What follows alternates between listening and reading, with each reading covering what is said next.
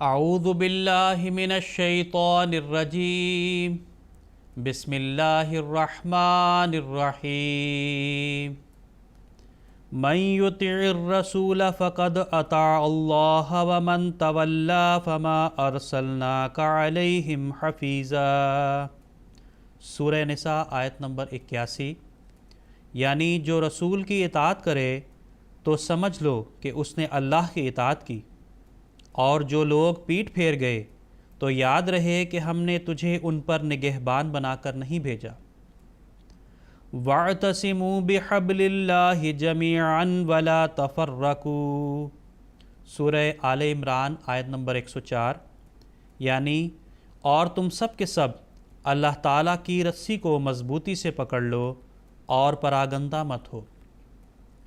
اللہم صلی علی محمد وعلی آل محمد کما صلیت علی ابراہیم وعلی آل ابراہیم انک حمید مجید۔ اللہم بارک علی محمد وعلی آل محمد کما بارکت علی ابراہیم وعلی آل ابراہیم انک حمید مجید۔ آج کے درس کا موضوع ہے اطاعت نظام خلافت سے وابستگی۔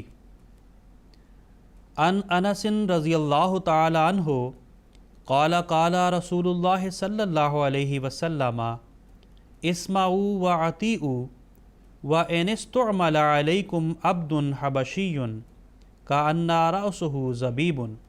صحیح بخاری۔ فرمایا سنو اور اطاعت کرو اگرچہ تم پر کوئی حبشی غلام حاکم بنا دیا جائے جس کا سر خشک انگور جتنا ہو۔ عن ابی ہریرہ رضی اللہ تعالی عنہ قال قال رسول اللہ صلی اللہ علیہ وسلم من اطاعنی فقد اطاع اللہ ومن عصانی فقد عصى اللہ ومن یطع الامیر فقد اطاعنی ومن یعص الامیر فقد عصانی۔ بخاری و مسلم۔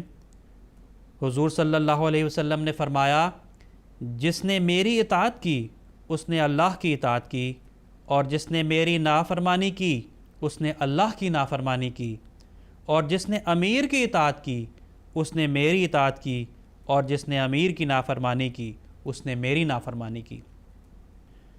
عن ابی ہریرہ رضی اللہ تعالی عنہ قال قال رسول اللہ صلی اللہ علیہ وسلم علیک السمع والطاعۃ فی اسرک و یسرک و منشطک و مکرہک و اثرۃ علیک۔ مسلم شریف۔ حضور صلی اللہ علیہ وسلم نے فرمایا تم پر سننا اور اطاعت کرنا ضروری ہے، آسانی میں بھی اور تنگی میں بھی، تمہاری پسند میں بھی اور ناپسندیدگی میں بھی، اور اس حالت میں بھی کہ تم پر کسی کو ترجیح دی جائے۔ ان تمام احادیث میں اپنے امراء اور اپنے افسروں کی اطاعت کی طرف توجہ دلائی گئی ہے، اور یہاں تک کہہ دیا گیا ہے کہ اگر تم نے ان کی نافرمانی کی تو وہ سیدھے طور پر میری یعنی حضرت صلی اللہ علیہ وسلم کی اور پھر خدا تعالیٰ کی نافرمانی شمار کی جائے گی۔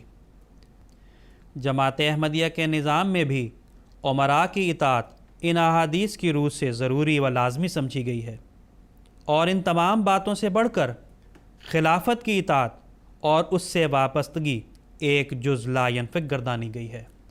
حدیث کی کتاب مسند احمد میں ایک حدیث آتی ہے جس کا ترجمہ پیش خدمت ہے۔ حضرت صلی اللہ علیہ وسلم نے فرمایا میں تم کو 5 باتوں کا حکم دیتا ہوں جن کا اللہ تعالیٰ نے مجھے حکم دیا ہے۔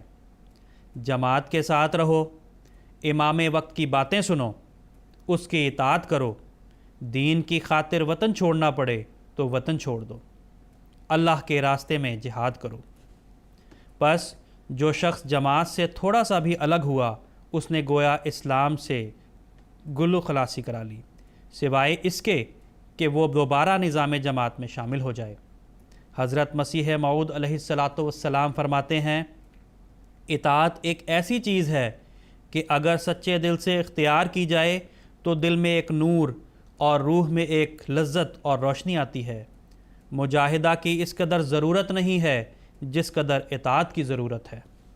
نیز فرماتے ہیں یہ سچی بات ہے کہ کوئی قوم نہیں کہلا سکتی اور ان میں ملت اور یگانگت کی روح نہیں جھونکی جا سکتی جب تک کہ وہ فرما برداری کے اصول کو اختیار نہ کرے۔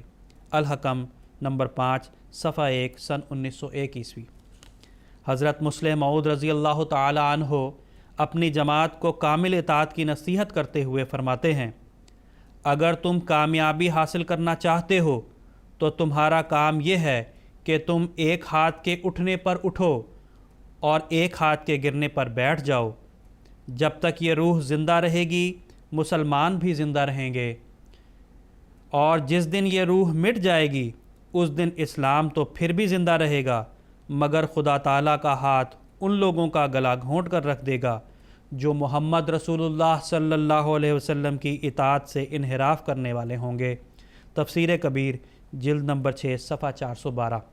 آپ رضی اللہ تعالیٰ عنہ خلافت سے وابستگی کے تعلق سے ایک اور موقع پر فرماتے ہیں 1000 دفعہ کوئی شخص کہے کہ میں مسیح موعود علیہ السلام پر ایمان لاتا ہوں، 1000 دفعہ کوئی کہے کہ میں احمدیت پر ایمان رکھتا ہوں، خدا کے حضور ان کے ان دعووں کی کوئی حیثیت نہیں ہوتی جب تک وہ اس شخص کے ہاتھ میں اپنا ہاتھ نہیں دیتا جس کے ذریعہ خدا اس زمانے میں اسلام کو قائم کرنا چاہتا ہے، یعنی خلیفہ وقت۔